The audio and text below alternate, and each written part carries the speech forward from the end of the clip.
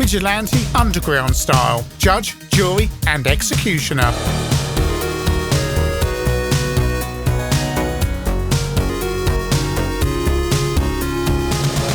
No, it's not Death Wish, I just stole that from there.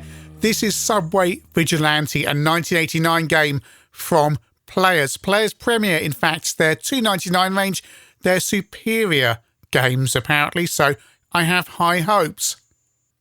We will start on the Commodore 64 and a Maniacs of Noise soundtrack.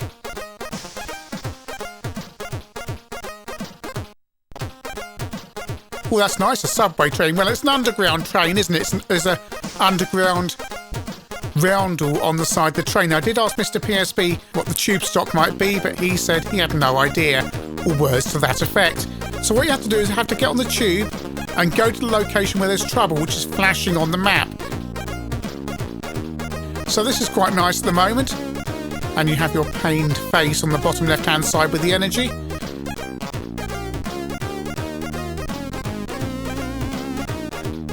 So we are now at Green Park, where there's... Oh, look, there's some trouble. And we now do some kind of breakdancing. And he's breathing fire at me. And we have to stop crime according to the wall. Oh, another train coming in. And the idea is you travel from station to station, eliminating the bad guys. Amstrad CPC version. There you go. You've even got a date on the screen, loading screen there. CS, the 9th of April 1989.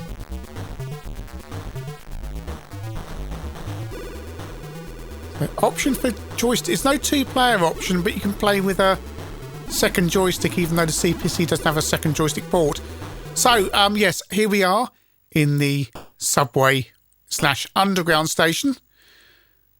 And there's no trains going past so far, but there is a lot of baddies. And a number 16 on the screen, yes.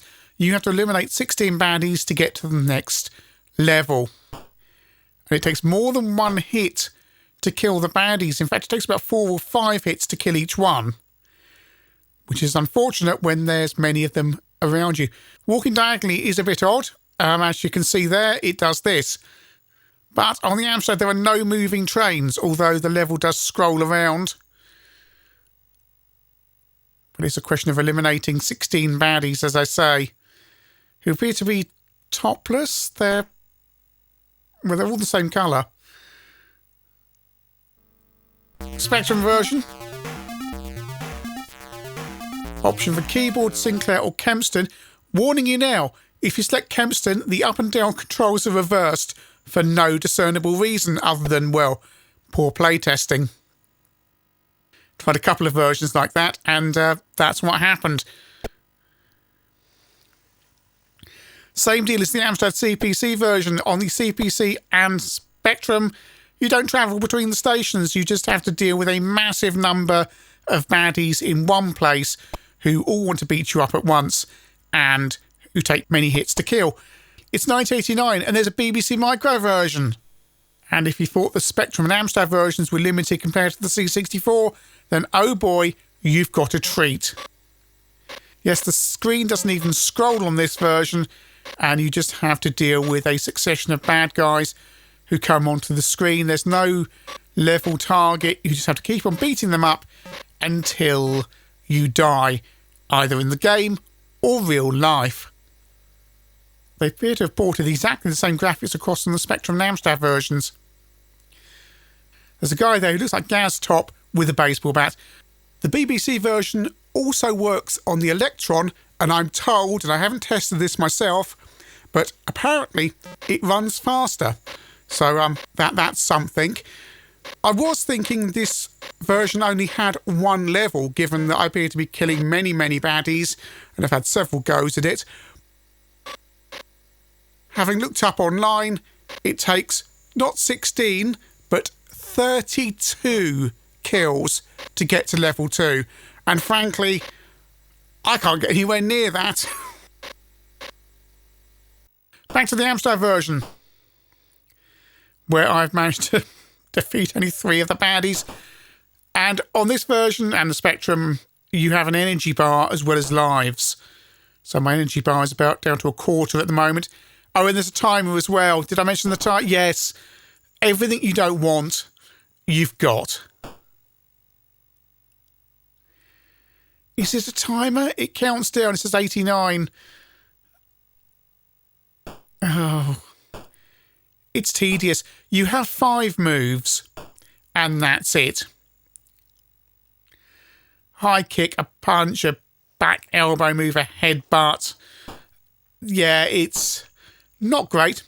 Back on the 64. Whether it's at least colour and noise to distract you. We're in Holborn now. But fighting on the 64 is even worse because really you just jab the bad guys.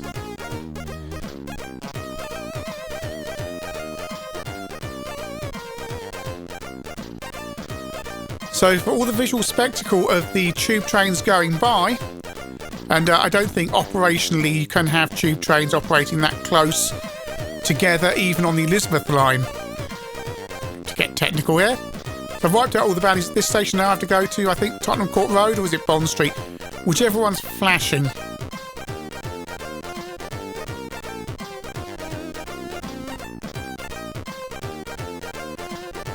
Here I am, another station.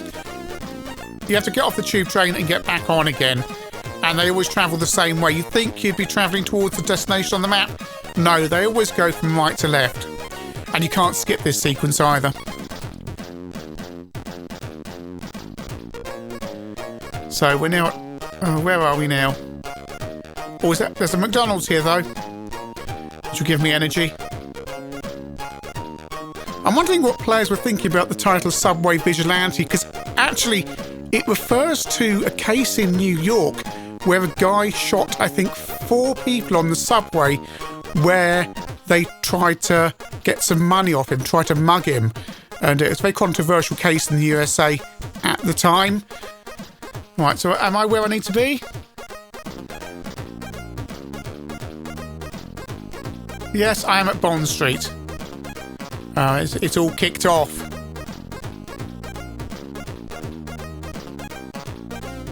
TfL clearly not policing the underground as they should, and therefore I'm having to come in and break dance on the... Oh, their heads... When they die, their heads shrink and they disappear. So back... Oh, I got a knife thrown at me. Knife crime. This is still level 1 on the Spectrum. I've just got to defeat this guy, but I have died. Or I collapsed. You do have lives, but if you die, the number of baddies resets to 16. Oh yes.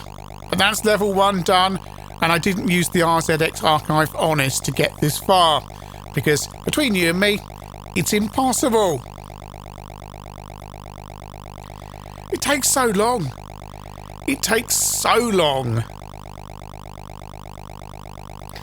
As does this bonus sequence. So what are we getting? Oh, it looks pretty much the same. So there's Gas Top up there with the baseball. There's another Gas Top there.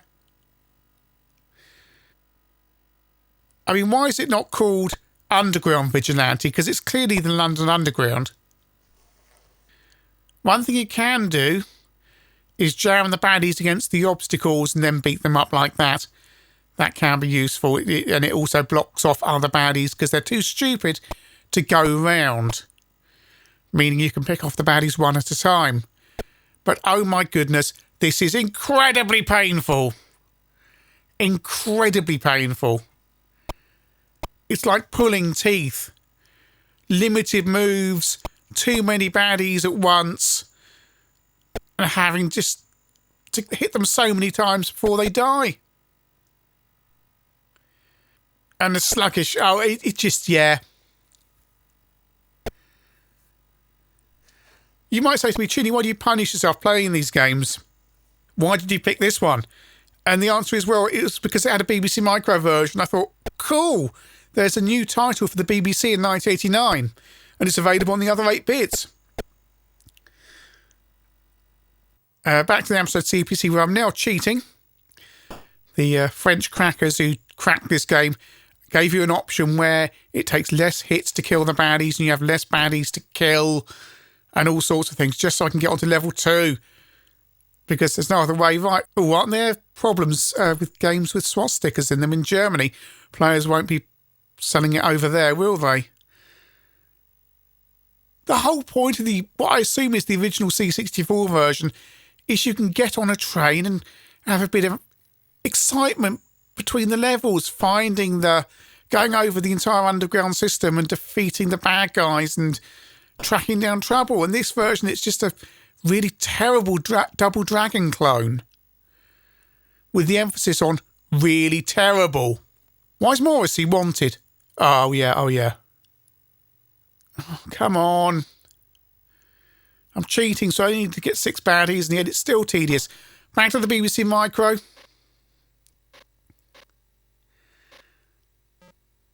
Poor BBC owners. Oh, sorry for the flickering on the screen. Haven't quite tweaked my new RetroTink firmware for the BBC. It usually works fine with the CPC settings. Not since the update, though. Oh no, Gaz Top's now got an Uzi. Is this a thing that happens on the underground? I mean, knife crime perhaps, but people wandering around with Uzis?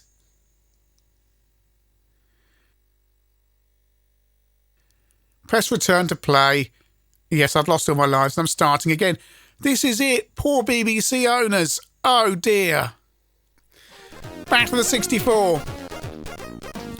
You're reminded it's a Player's Premiere game by the big Premiere logo at the bottom, although nothing about this game is Premiere. Apart from the tube trains pulling in and going away again. That's quite nice, but everything else is terrible. And I'm just losing energy now. Is that one not stopping? Oh, it's quite nice that some of them don't stop. Oh no, I've lost. Subway Vigilante. Subway Vigilante.